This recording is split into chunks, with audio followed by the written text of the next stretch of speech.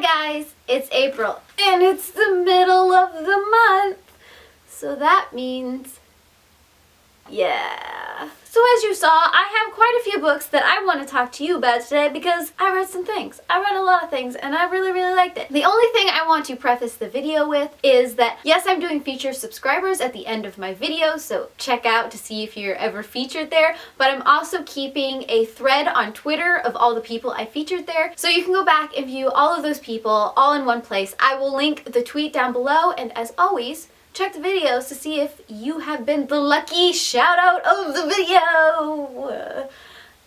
I'm trying to make this exciting, but I don't know if it really succeeded. With that, I will just jump right into what I want to tell you about. And the first read that I want to talk about is Daughter of the Forest by Juliet Marillier. This is part of my Seven Waters read-along that I am doing. This is the first book in the Seven Waters series, and by far my favorite book. I love this book so much. It tells the story of Sorsha as she goes and she saves her brothers who have been turned into swans. Her task is to sew sweaters for her brothers without speaking. This story is a retelling of Wild Swans or Six Swans, whichever title you want to pick for it or whichever version you want to pick for it. There is so much in this story. It is one of those stories that digs really deep into what these characters could be. It also gives it a very historical setting. It is set in a time where the Irish and the British are fighting over these islands that sit in between the two lands. To the Irish, they're sacred places. To the British, they just want to control the land. And you get to see that dynamic play out within the story. Of course, there's also all of the Irish mythology and folklore woven into the story as well. I love the character of Sorsha and just how strong and persistent she is. And of course, the story breaks me and rebuilds me every single time I read it. And I'm excited to go back into the rest of the series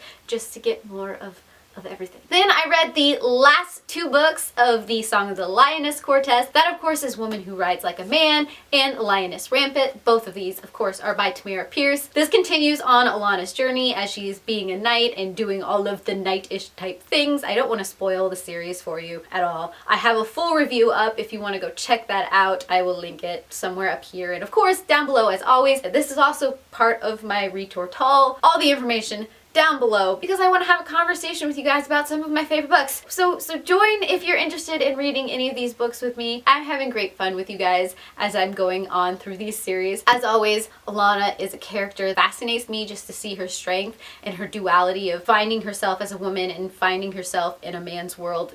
Just the play on all that. And I can't wait to continue on with more of the Tortal books. And then I finished off the Howl's Moving Castle series with House of Many Ways by Diane Wayne Jones. I love the quirky writing style of this whole series. All the little pieces of fairy tales that she throws into the story. This is probably one of my favorites after Howl's Moving Castle. It's the story of Charmaine as she goes and stays in her uncle's house, which is the house of a magician, and she starts to learn things about this house and about herself, and she comes into this magic. She seems to be this character who doesn't know a lot about anything except for just sitting and reading books, but I like how she develops throughout the story. This whole series altogether, A+ in my book. I liked it so much. I then picked up this beautifully illustrated edition of Grimm's Fairy Tales.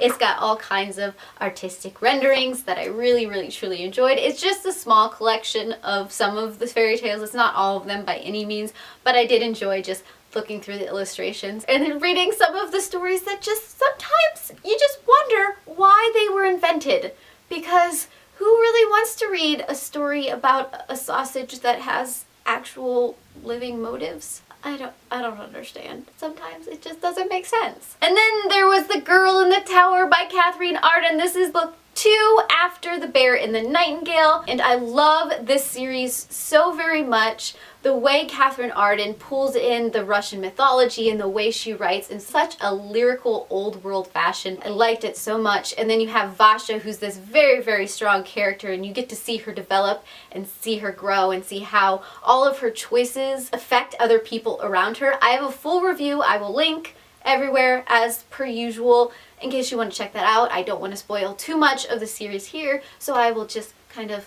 point you in directions of links. I'm just gonna point everywhere on the screen. It's fine.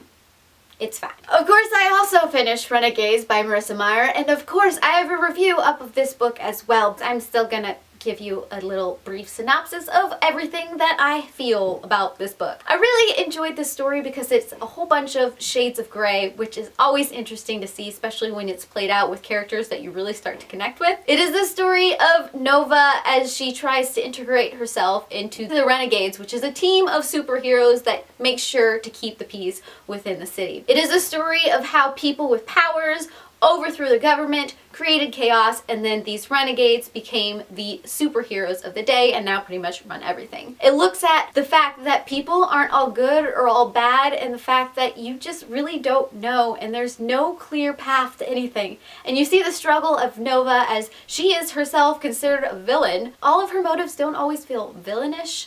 And then when she integrates herself with the superheroes, there's some issues that start to arise there. I love what Marissa Meyer is trying to do here. And then, of course, I am patiently waiting for the next book. And then I picked up From a Certain Point of View by various different authors. This is a retelling of A New Hope in which you get to see the perspective of the story playing out from not even side characters. They're like really, really minor characters that you don't even realize are on the screen or part of the story. You get to see from both the villains and other aliens and people in the cantina, and it's so beautifully put together that all of the nostalgia is real. I had a hard time being very objective about this read whatsoever, if you can't tell. I loved it so much, and it just brought back all of those things that I love about Star Wars, and I may now have to binge the original trilogy. It's a thing. So those are all the books that I have read so far in February. Tell me down below if you have read any of them, and I heart your beautiful faces. Bye.